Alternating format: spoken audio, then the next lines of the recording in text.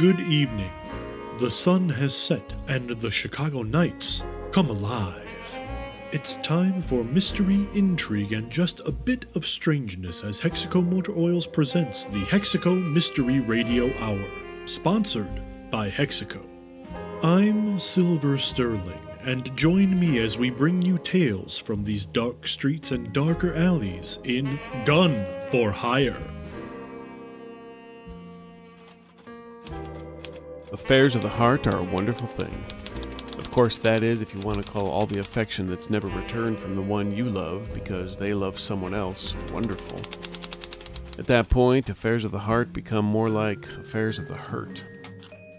And our trio of Grace Gunn, Tommy Bam Bam Prue, and Irving Holt are about to find that the woman they've been seeking, Trixie, or if you want to use the name her mother calls her, Beatrice, may have more men seeking her affection than Clara Bow at a red carpet gala. Let's hope that they're all ready for the attention and spotlights.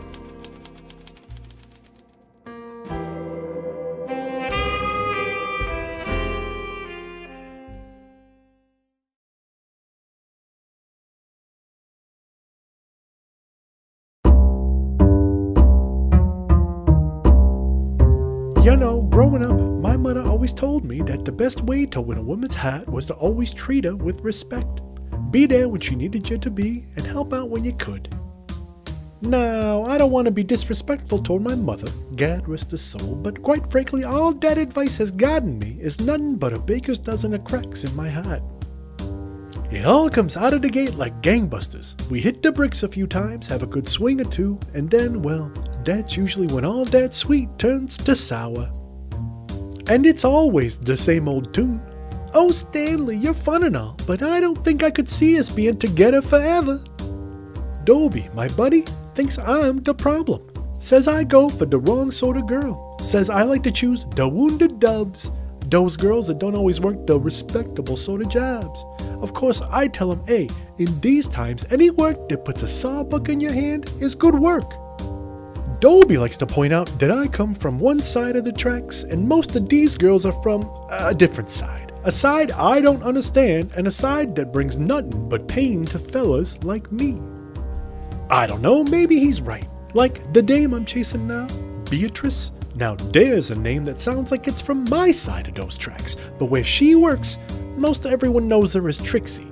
And yeah, I know, that's a name from the other side of those tracks, but I'm telling you, she's a diamond in those roughs. I've been trying to convince her to give up on the guy she's currently seeing. Some uptown class jeweler. He puts a lot of green in her eyes to hide the fact that he's married. Well, I don't know he's married, but guys like that, they're always married.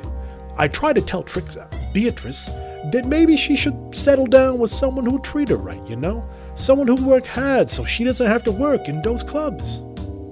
Of course, what I haven't told her is there's been nights where she's been at a club, it's called The Nest, that I've seen other gents staring at her. Not staring at her in a way most of those animals dare do. Eyes popping out, tongues wagging. No, these Joes are eyeballing her like she's some sort of target, like they're almost spying on her. In fact, one night, I swear I saw this one Palook. He was smoking and staring right at Trixie and this here jeweler. Now, that's not unusual, but the smoke coming out of this Joe's mouth, when it went up, it circled round his head and then kept circling. I swear it was a good 3 or 4 times, and then, the smoke went back into him, but through his eyes, like his peepers just inhaled the smoke back into his body. Wasn't long after that, this Joe got up and left. I thought about following, but I was too scared. I told Dobie about it, but he said I'd been drinking too much vodka. I tried to tell him otherwise, but he wouldn't listen. I'm just worried about her, you know? I hate to admit it, but I'm real sweet on Beatrice, and broken heart or no, I just can't give up on her. I'm trying to follow your advice, Mom, but at what point do I take action instead of letting action take me?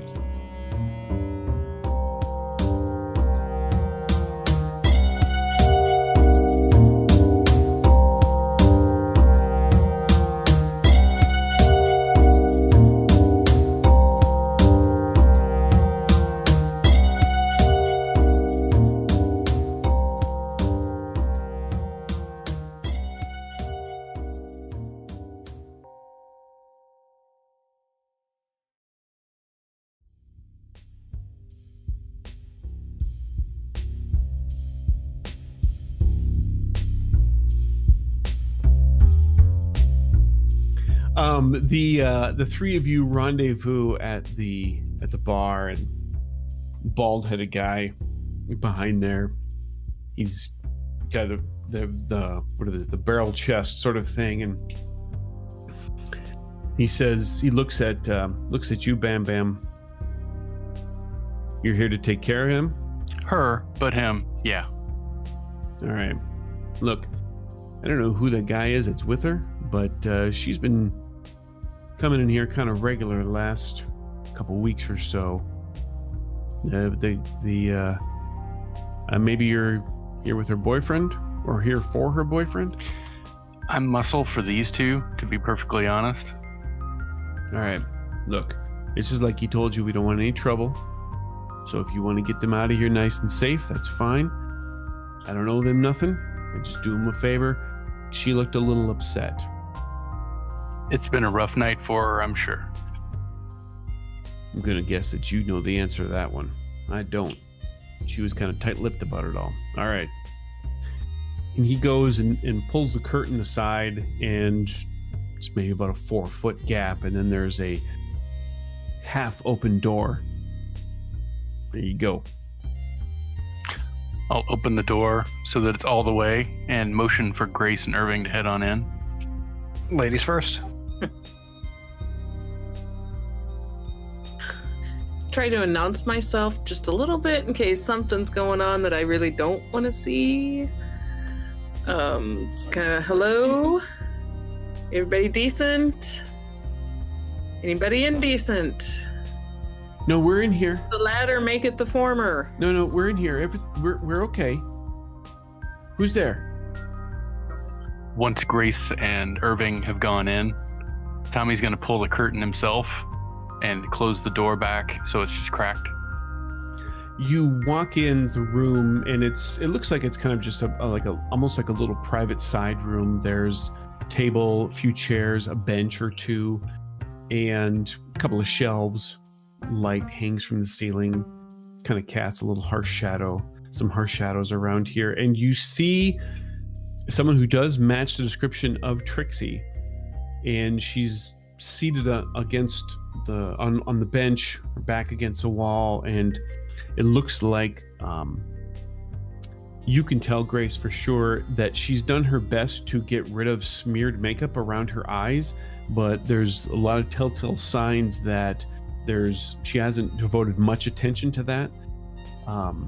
So maybe she was crying, maybe somehow it has made it run a little bit. The gentleman that's with her is kind of real small of build, and he's got a receding hairline, blonde hair kind of combed over tight, and he just looks really kind of plain. He wears an ill-fitting suit, and he's seated in a chair kind of like right across from her, and he just, he looks like he's uncomfortable a little bit in his own skin, and he looks up at the three of you. Who are you? Before I give you my information, who are you? You see, well, actually, all three of you from your own backgrounds would know enough instinct-wise to kind of see what he does.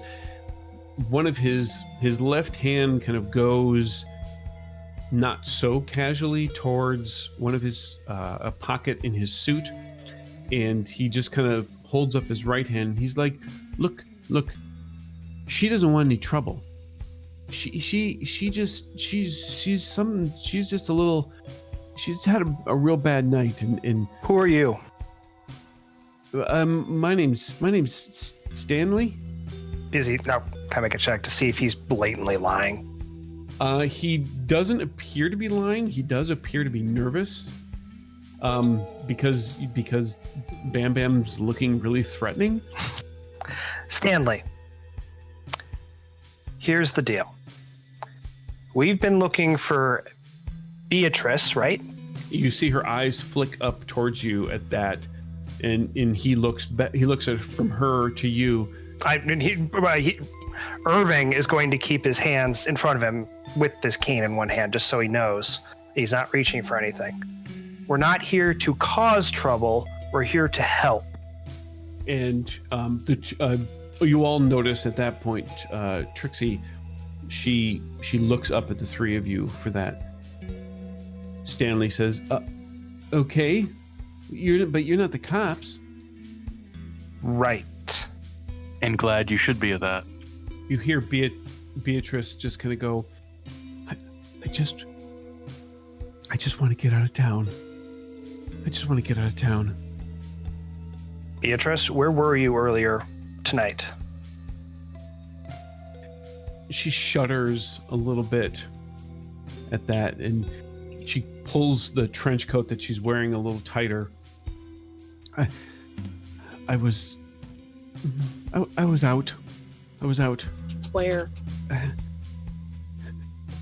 I was just visiting a friend. Beatrice, we've been looking into you and someone else for a little while now, and we have a very good idea of what's happened. I just want to confirm with you what has happened. So please don't lie to us. Don't try and hide things. We're here to help you. Make me persuasion. Okay. 4? I can Benny it if that's not enough. Well, let me ask, Grace. I know how Tommy is posturing right now. Grace, what's your body language communicating right now? A little annoyance, standing there with my arms crossed, kind of waiting for her to say something that would confirm what we've experienced. And I'm about to get really blunt if this doesn't work for Irving. Wait, what? So you're saying I'm playing the good cop? Is that what you're saying? Right. We have good cop, annoyed cop, and scary cop. I just told Brad, I'm listening to what you're saying, Brad, and I'm like, that's all the stuff Grace should be saying. Well, Irving's got a it. cane and he hobbles in. He's the least threatening of you three. Yeah, I figure if I just kind of stand there with, maybe annoyed isn't quite the right word, but just a no-nonsense vibe being projected. All like right. I said, if this doesn't work for him, I'll be blunt. She kind of composes herself a little bit. I just went to go and meet him at the Blackstone. You know, like we done before. And at that, when she says that, you see Stanley you see him look down slightly, and he does that thing like when someone clenches their teeth and you can see their jaws, kind of vibrate a little bit, or you can see the clench marks on their cheeks when they do that. Can I, when I see the clenching teeth, can I kind of inch my way closer to Stanley? Yeah, make a stealth, but I'm going to give you a +2 since it would just be kind of a normal movement sort of thing. Ooh, that's not good. I am going to. No, it's a 4. Oh, yeah, you gave me a +2. That's right. Okay, yeah, absolutely. Yeah. I'll go with that. All right. Okay. I went to go and meet him at the Blackstone, like we and before, and everything was fine. And I'd gone into the bathroom, and then there was a knock, and then I heard him talking to her. They were talking, and everything seemed normal, and then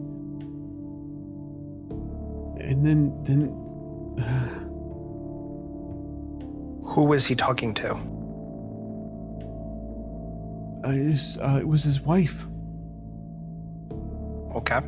It was his wife, and then they were talking, but then there was other voices, there was other women, but their voices were funny. They were funny, like lower, like you ever heard that singing group, the Altonettes? They're those women, they all sing and they got lower voices. They kind of sounded like them. And then they started to like, I don't know if they were fighting or if there was struggling, but then he something had been put on his face, and he was having a hard time. He was trying to make noise, but like a gag or something, I don't know. Well, are you continuing to move towards Stanley at this point? Yes. Okay. What about the rest of you? What are the rest of you doing?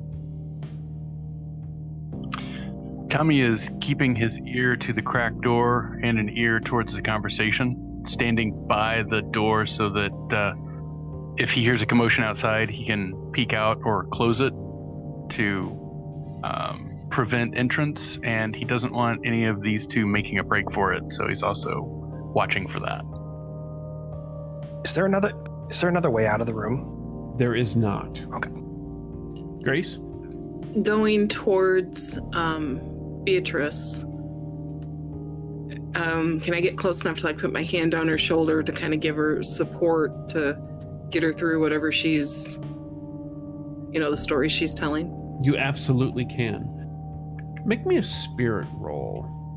Okay. You can Benny that if you'd like, but you can Benny that too if you want. I will do that. Just a moment. Cool. I got a total 5 on that second. That seems to help her a little bit, and she continues. Yeah, he started to like scream, and then they just started like, I don't know if they were singing or what they were doing, but something was happening, and he just kept screaming, but it was like he was muffled. Then something didn't sound right. Something sounded like he really screamed, but he must have still had the gag in or something. But then I heard like something like tore, like it was wet, and something ripped, and then I panicked, and then I ran out of the bathroom, and I just grabbed what I could, got out of there, and then I got out of the window and started to go down the fire escape, and then I heard something behind me. It was like a weird growl, or something, but it wasn't. I just ran. I just kept running. And that's when I went and found Stanley here. Stanley, he comes to the nest a lot. He nods at that comment, but you can still see there's something behind his expression that he's not very happy about. Is there anything else you'd like to fill in there, Stanley? You look like you want to say something. She just came and found me. She asked me to help get her out of the city, and I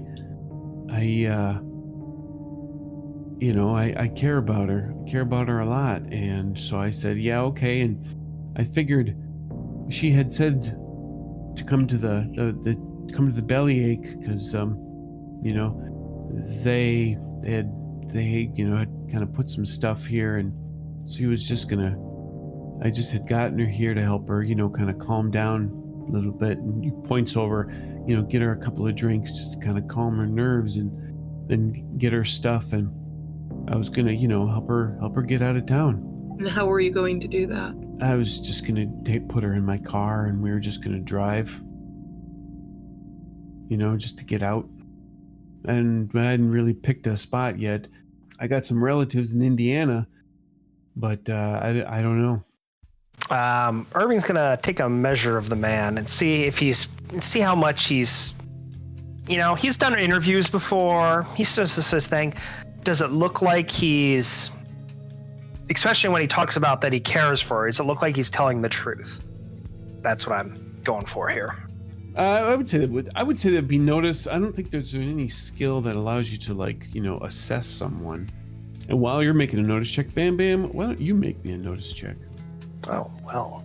Wow. That would be why it took a little while. Yeah, 21. Okay. So you've seen this before, Irving. You've actually seen this type of thing before. Whether it was at a crime scene, whether it was when you were chasing down, somebody for more of a salacious tabloid photo. This is the kind of guy who he's been friend zoned by Trixie. You could tell he absolutely adores this woman. He probably hates her occupation, but yet fell in love with her because of her occupation, because he went there, never possessed enough spine to do anything about it. and then saw her get involved with somebody, and and so he kind of became a friend to her, because that was about as close as he ever was probably going to get, despite how she treated him inadvertently or on purpose. And now he's trying to help her, even though he has a lot of feelings inside for her that will probably never get returned. You could definitely tell he's sincere and he wants her to live, but he's also feels very, you can also tell he looks like he's very much out of his element in this regard. As you're making that assessment, Bam Bam, I see that you had to spend a penny to make your notice check, and you get your 4, which is good. You notice suddenly you hear in the back conversation. Everything was happening as normal and going on. Everything was fine, and then you even heard the sound of like the main door being open and closed, and obviously some people must have come in. And then suddenly a rapid succession of things started to happen. You noticed several of the lights just popped out. So it suddenly has gotten a little bit darker in there. And then you hear almost immediately the sounds of some screams coming from inside the bar area. And with that, the door goes completely closed. From crack to completely closed. Turn to look at Grace and Irving. We got trouble. Great.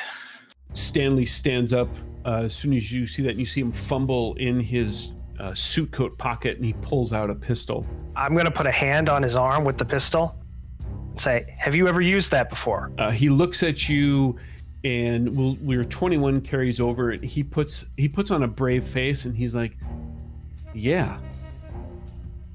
You know he's lying through his teeth. So Irving's going to do a little sleight of hand here. He's going to say, you have the safety on, right?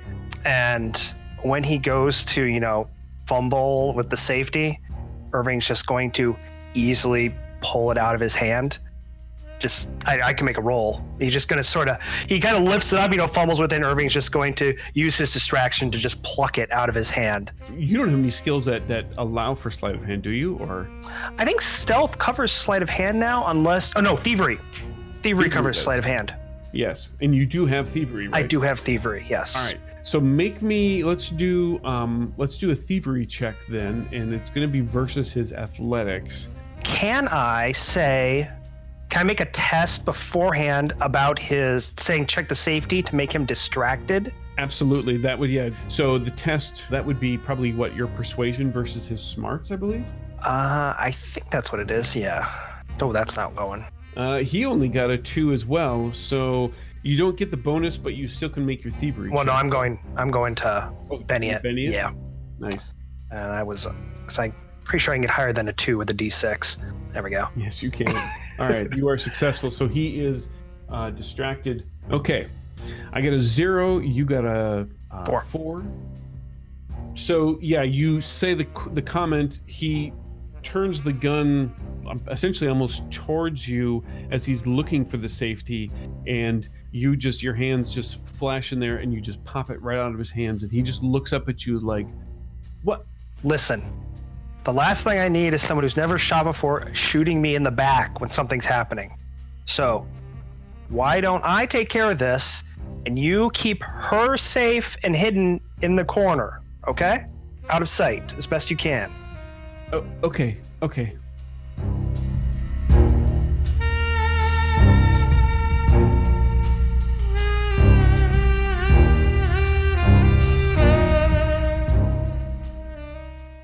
And now, clever communiques of contrivance shall commence to continue your comportment of contentment.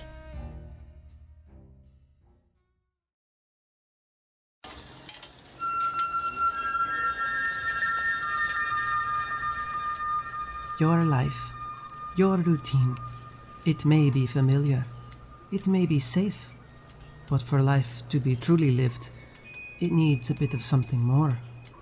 Something unknown, something peculiar. It needs red petal Pujana tea. This special blend of tea brings the exotic and mysterious nature of the lands of the East into your cup. One sip of perfectly blended red petal pujana transports you to a time and place where excitement and the unknown await. One sip turns you into a fan of the drink from Shan Fan. The mysterious masters of the Great Maze have tamed the techniques of a tantalizing, tasty tea. Drink the drink that makes you feel as if you don't have a kang in the world. Release the inner iron dragon within you. Drink red petal pujana tea. All other choices are abysmal.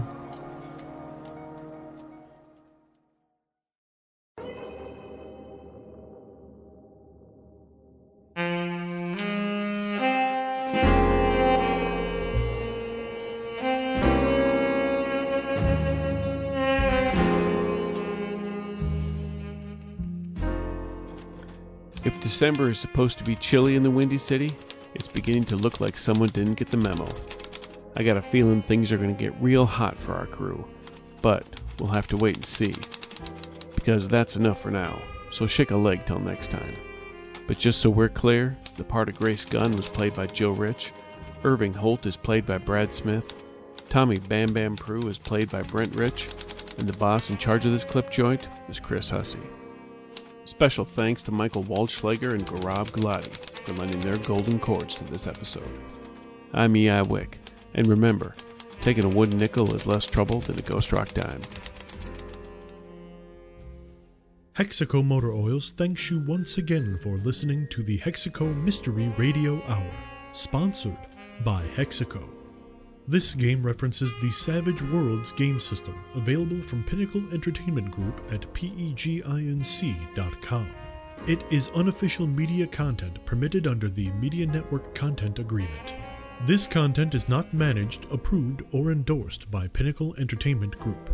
Certain portions of the materials used are the intellectual property of Pinnacle, and all rights are reserved. Savage Worlds, all related settings and unique characters, locations, logos, and trademarks are copyrights of Pinnacle Entertainment Group. Thanks also to Fear the Boot. Support their Patreon at patreon.com/feartheboot.